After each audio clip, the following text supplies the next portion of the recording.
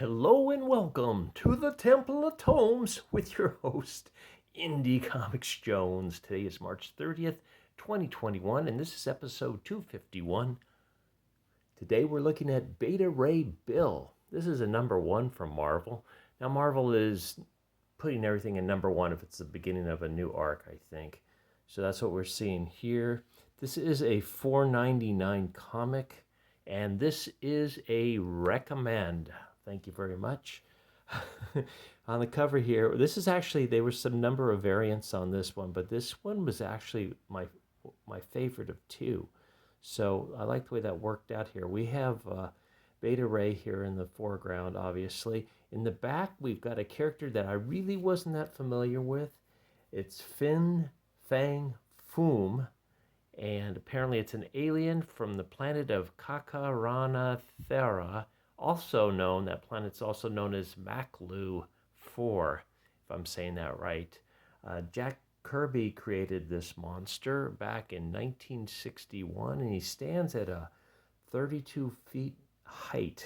So it's a big, it's actually kind of like an alien dragon, so it's mostly a dragon. As you can see in this picture here, he seems to be part of Null's army with that little insignia on his forehead. And he is now in black instead of the total green shade that he's usually seen in, or has been seen in the past. So what we've got here is we've got Beta Ray Bill, and I do believe this story is actually out of order because they talk about Prey, the final issue of Prey, and I think there's probably. They don't mention King in Black up here, but this is kind of a King in Black tie-in as well. So I'm not sure if it's after the King in Black or during the King in Black. They say it's during, so we'll go with that. But they say Thor is fighting the King in Black, but there's other stuff going on. So we do get a little blurb about Beta Ray Bill, who he is. So that's very nice that they did that.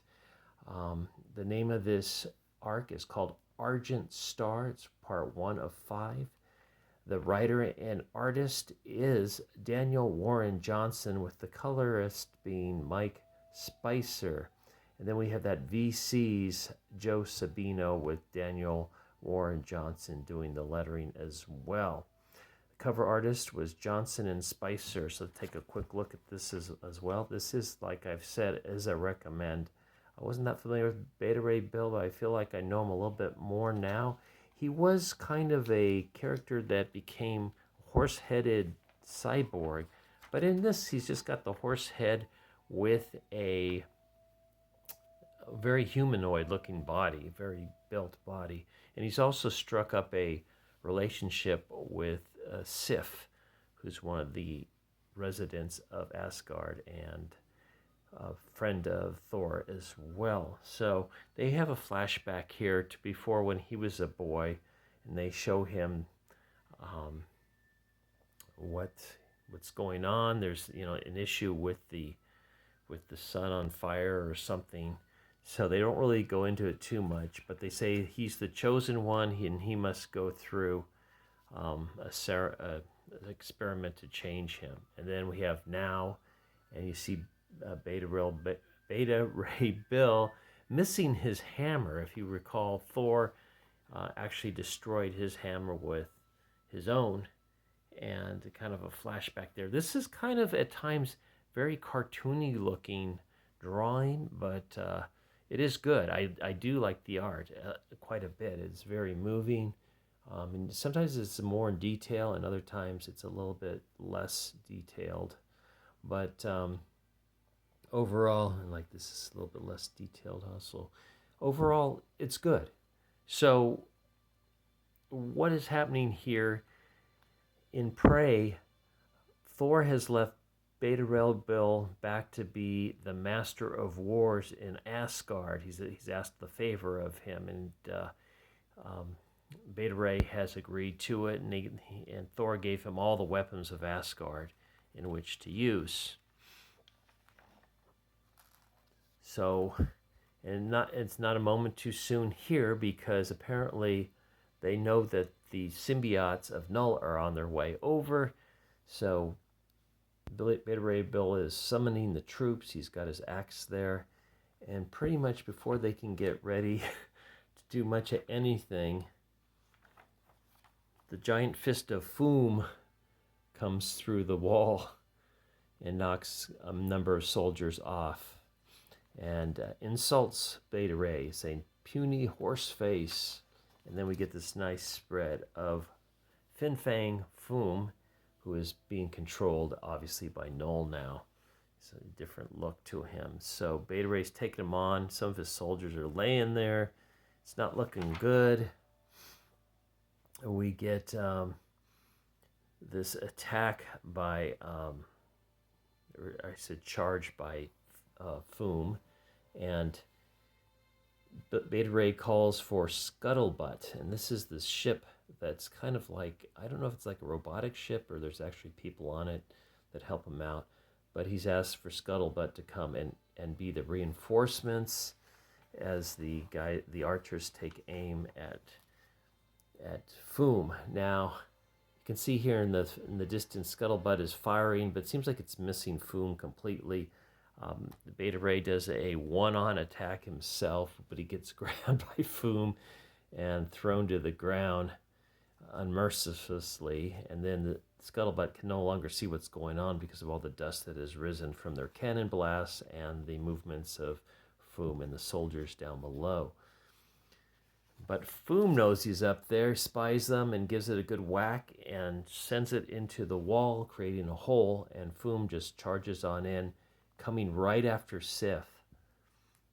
And all looks bad as Beta Ray is able to grab the tail and pull the Foom back, but Foom gives him a big pounding as well. Suddenly, Foom is hit by all this lightning, and of course, Thor is back. Now, this is the part that I think is a little bit out of place, because Thor was fighting the symbiotes on Earth, and plus, he's involved in Prey at the exact same time, fighting Donald Blake. But he arrives here to help. So I don't know if something's out of order here. It didn't make sense because they do mention the symbiotes on Earth, and they do mention Prey in this comic as well. So I'm a little mixed up on the order here, but I don't know if that's my fault or Marvel's fault, and I'm thinking it might be Marvel's fault on this. So they start celebrating the return of Thor, and Beta Ray feels bad because he feels despondent because Thor once again is the hero, and this person named Pip, who I have no idea is, comes up to talk to him, just wants to say how much he admires him, and he kind of gets pushed away. Sif actually is able to find him and offer him a drink because she is enamored with him, and they go charging off to the bedroom, and they're getting ready to make whoopee, but then she says, well, can you change back now? And apparently he was able to change back to, I guess, a more normal head when he had his hammer, his original hammer still. So he's not able to do so, and he is shunned by Sif, then, which is kind of a shame, because if she really likes him, she'd like him for who he is, damn it. But unfortunately not. Then we get our flashback to when he's a child, and just when he makes friends or is bonded to Scuttlebutt at this time before he goes through the transformation that made him Beta Ray Bill. Then we go back, and Beta Ray leaves Asgard. He gets on his ship, Scuttlebutt, and goes off because he wants to find Odin, to have Odin make him another hammer to transform him again. Thor approaches him at the end and says, "Why don't you stay?" He says, "No, I don't want to stay. I'm out of here." And this is kind of how we end. There's like one more page, but I won't give everything away. It's pretty much he's off to try to find Odin and get a new weapon, one that will help him transform so he can be with Sif. I'm pretty sure that's his main thing. So we get a lot of letters type thing, or an interview with Simonson and Johnson on about Thor and all there. And here's our next cover that we have. With Beta Ray Bill for issue 2. So I will be back for the next one. I did like this. This is a recommend. This does get my good excavating seal of approval. And let's see if there's anything on the back. No, it's a Queen ad again.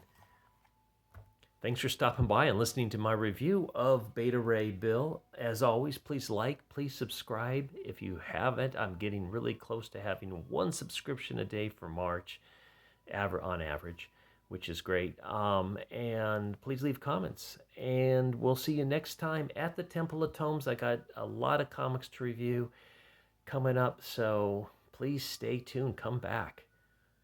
As always, this is Indie Comics Jones bidding you adieu.